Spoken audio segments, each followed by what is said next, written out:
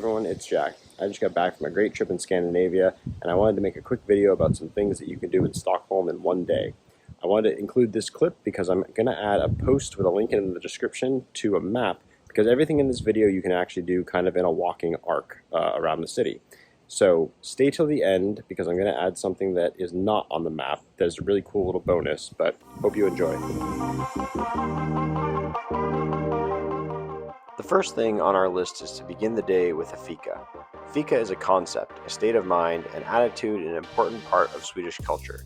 It means taking time for friends and colleagues to share a cup of coffee or tea and a little something to eat, and many Swedes make time for it every day. You can fika anywhere, but Café Valve in the Old City is as nice a place as any.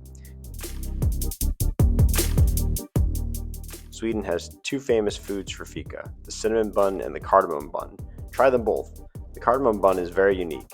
I've made a video of my favorite fika spots in Stockholm, so click the banner above and you won't want to miss the very last spot.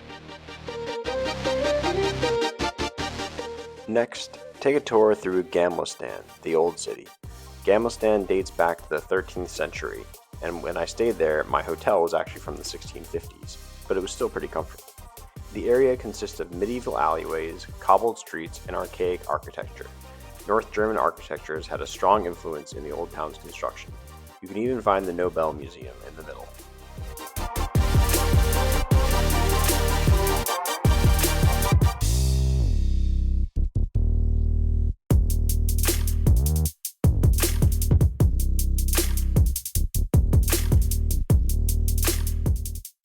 After that, visit the Riddarholmen church. This church is interesting as the congregation was dissolved in 1807 and now it serves as the final resting place for most of Sweden's monarchs.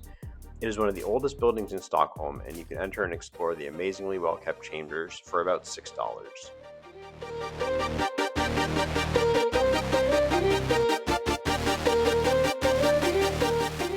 Even if you don't go in, just going to see the spire atop the church is really worth it. It's very breathtaking.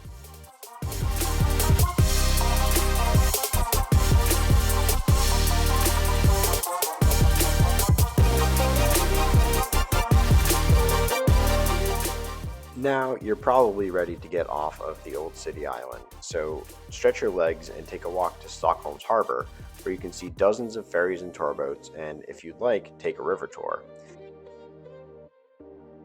As you walk along the water, you will come to an amazing view of Stockholm's skyline. Go across the bridge as you continue your journey.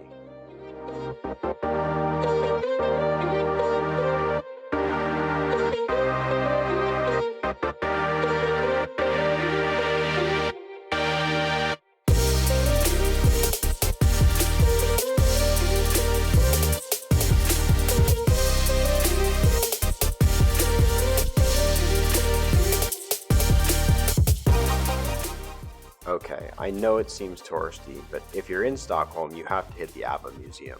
Even if you're not familiar with their music, the country's pride for and the quality of the museum is definitely worth a visit. I didn't really know that much about ABBA except enjoying a couple of their songs, but I had a great time at the museum.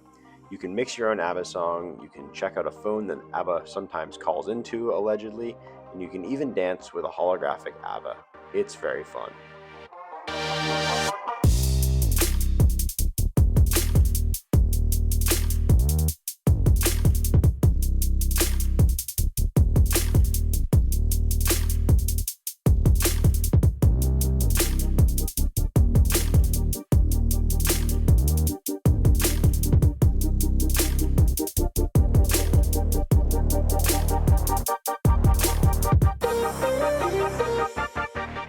On the same island as the ABBA Museum is the Vasa Museum.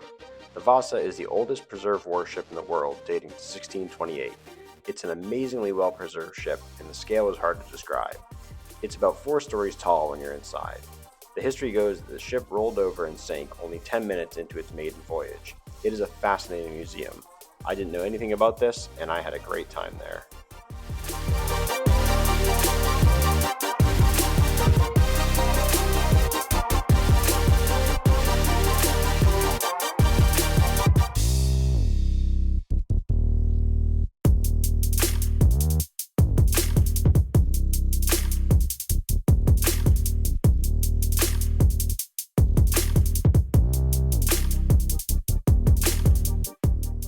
Okay, this is not on the walking path that I mentioned earlier, but to round out your day, I recommend heading to Nya CarnegieBryggeriet, which I'm sure I messed up that pronunciation, but I think it translates to New Carnegie Brewery.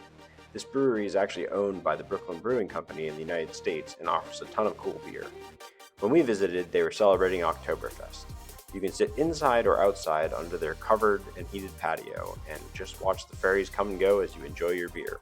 It's a great way to wind down a day.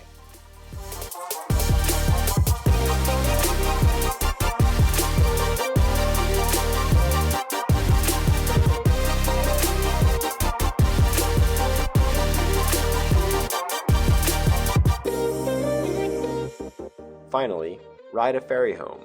There are tons of ferries in Stockholm as there's so many islands, and the chances are you can take one of them to where you need to go, especially if you're staying in the old town. They're very cheap to ride, they're very fast, and the frequency is impressive. I highly recommend taking these for your ride home and enjoying the sunset.